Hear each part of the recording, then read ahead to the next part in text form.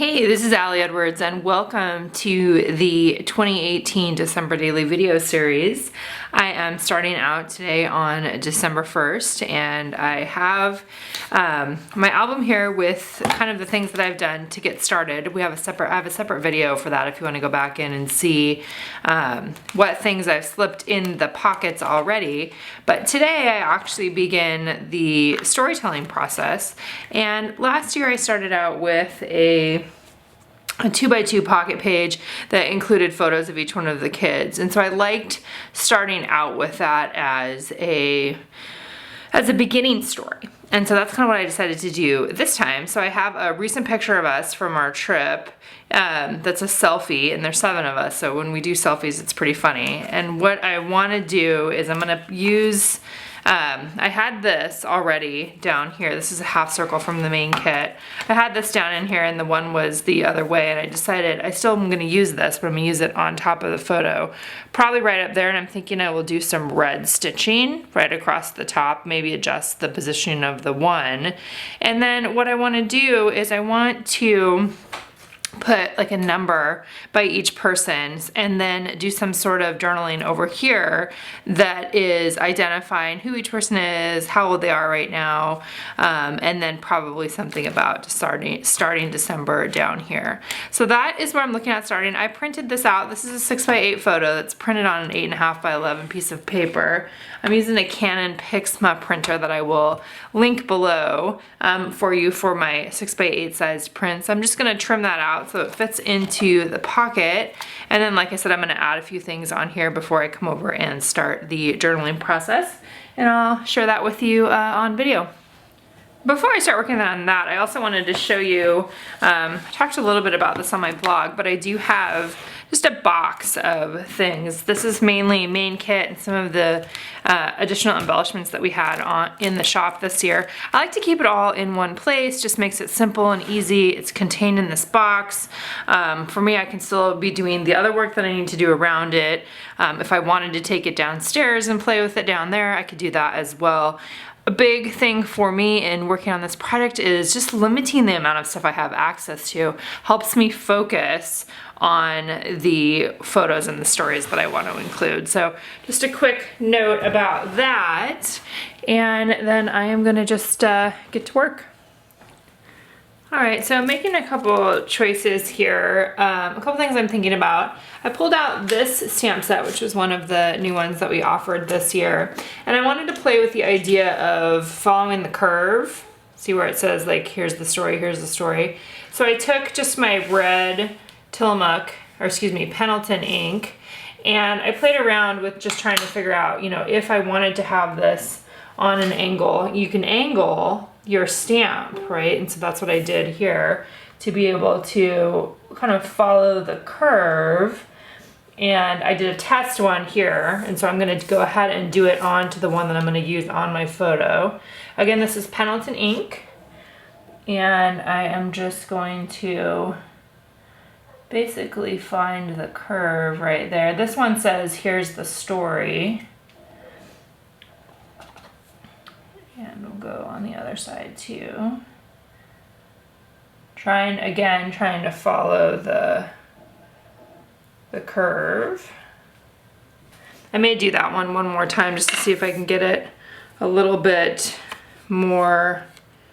Yeah, I think I want to do it without having the cork on there, because you can see that made it a little bit harder to get that right on there. So I'm going to try that again without the cork. This is why there's a pad of them.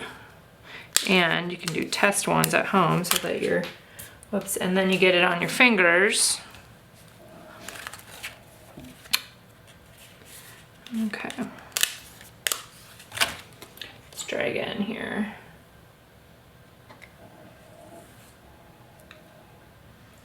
I want to try to do it without moving.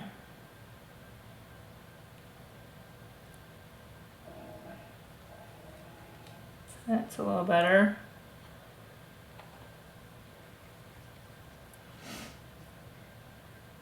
Anyway, I liked the idea of this, of being able to add text on here that comes from the stamps. And so any stamps you can, you know, try to bend them out a little bit. So I think I like how that turned out. And then I'm gonna, I added a little bit of adhesive to the back of the one there. Next I'm gonna take it over to my sewing machine and I'm just gonna do a red stitch right along there, right along the top on my sewing machine, and then I will bring it back. And I usually just do some adhesive on here anyway to hold it in place. Not necessarily where the stitching is gonna go through, but just down on that bottom part there. And you know, you could put it in all kinds of different places. I wanna leave a little bit of an edge there without totally covering Simon up. And I kind of want it to be, let's see, I don't really want it to be right, well, maybe I do want to put it, maybe right in the middle would be fine. Let's do that.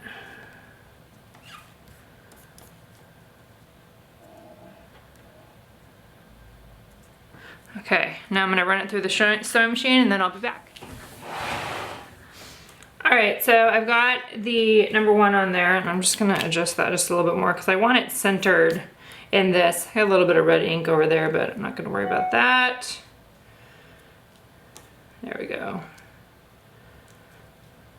And I'll probably might put a little extra adhesive on there. So my next plan was to take the white number stickers from here, from this number sticker sheet, and put those around that they would correspond to each person, and then on my journaling it would be something else. The numbers would be used to coordinate. So I think that's what I'm going to do, and I'm just going to, I think, put them next to the person. I'm kind of thinking about that I wanted to add a little star next to each one, so we'll see. I may end up doing that as well. Like I wanted to add some other additional kind of embellishment next to it. But this is just simply a way to identify who the people are. We'll give Simon the 3. I'm going in age order here.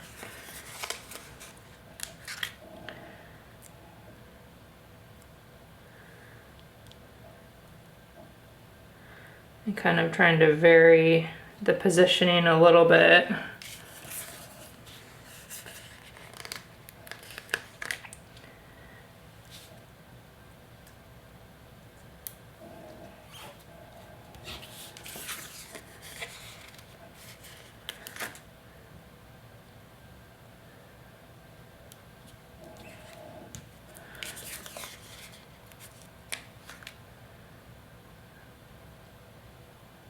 Okay, and like I said, I was thinking about, put hearts right there, adding some kind of a little star next to each number, or actually last night I was dreaming about like below each number, and I have a variety of confetti pieces and I can find more.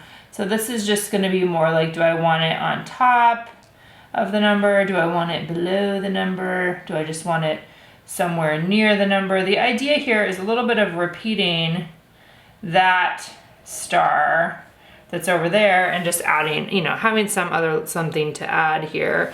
To adhere little pieces of confetti or some of these, there's a couple here that are chipboard ones that actually have a adhesive backing on them, but I'm gonna use a glue pen for the other ones. See if I can even pick these up. But so you could do, you know, have a variety that they wouldn't have to all be, or maybe this one could be up here. They don't need to all be the same star. They can just be a variation on those little stars. I keep, this is actually, oh, there are some in the kit too, so I might use some of those. I forgot about those ones.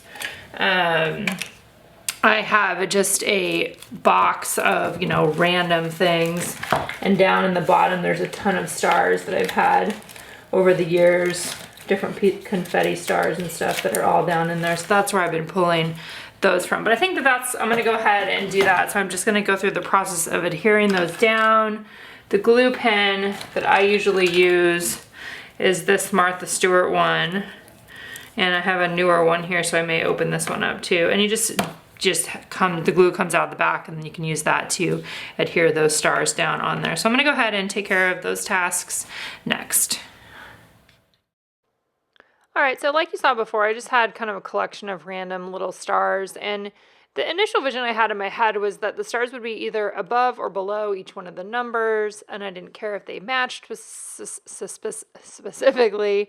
Some of them I ended up putting above, some of them I put below. I kind of thought about drawing little boxes around them, but it kind of was just started becoming too much, and I felt a little bit like I was trying too hard, but then I was like, who cares? This is fun. And so I went ahead and just added all of those little stars on there. But then I felt, and you'll see this in a minute here, once I put the stars on there with that glue pen, then I started feeling like they each needed one more thing on top of there. So in a second here, you'll see where I went in and I just used the tiny attacher and I added a couple staples by them. I didn't actually staple anything on there. Onto I didn't staple the number or staple the star. I just added a staple by it. And for me, just having some other texture piece on there, you can see I'm doing it right there. I just liked that. And there was one that I couldn't reach, which was the number 7 by Anna's head. So then I decided to just go ahead and add another star there so that each of those little clusters had 3 things related to them. So that was basically the end of that, of what I wanted to do for that page, for this page with the photo. I liked, it accomplished the things that I want to do for this story, which was including a photo of everybody, so that where you could see everybody's face in there, and that it had these numbers on there that could correspond to journaling on the next page. So as I was deciding, do I want to keep the page protector that I have in there? Do I want to take that one out?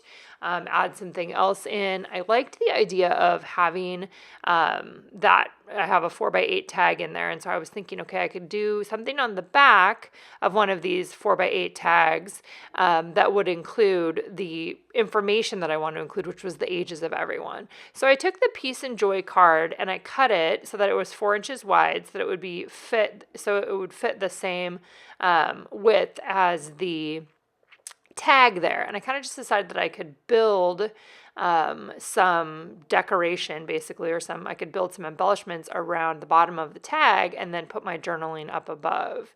But what happened as I was doing this as I was laying it out, I felt like I didn't want green on this page. I actually wanted it more red because I was using the red stitching and the red stamping on the embellishing that I had added onto the photo. So I felt like I wanted to stay with red for this part. And again, this is not a right or a wrong thing. This is totally just, personal preference. So I set aside that Peace and Joy part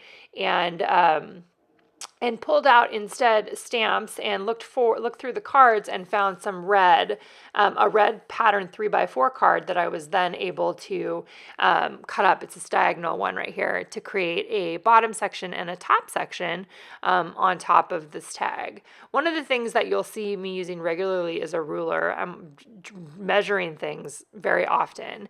Another thing that you're going to see here in a minute here is I end up I have a fairly big error happen. And you're going to see it, and then I'll talk about it too. What I would recommend is if you are working with these large tags, is I would recommend not working directly on the back of the tag. I would recommend just cutting a new tag out of cardstock and then being able to adhere that onto the back. So if you end up having mistakes, like you're going to see what happened to me, then you can just pull that piece off to rebuild the tag. So what I'm doing right now is, before I learned all that, I just started on the back of it because I knew that I wanted the pattern and I also knew that I wanted these numbers. So I'm using the numbers from the weekly December stamp set, and I wanted to put 7 numbers on there for the 7 people in my family. When I'm doing a number list like this, as you can see, I started with the top number and then I go to the bottom number and then I go to the middle number. And the reason why I do that is to try to space it out so that I don't end up having a lot of space for the 3, but not enough space for the 5 or something like that. This has always been a way that has worked for me. So I really like how this tag was looking, but then I ran into some issues.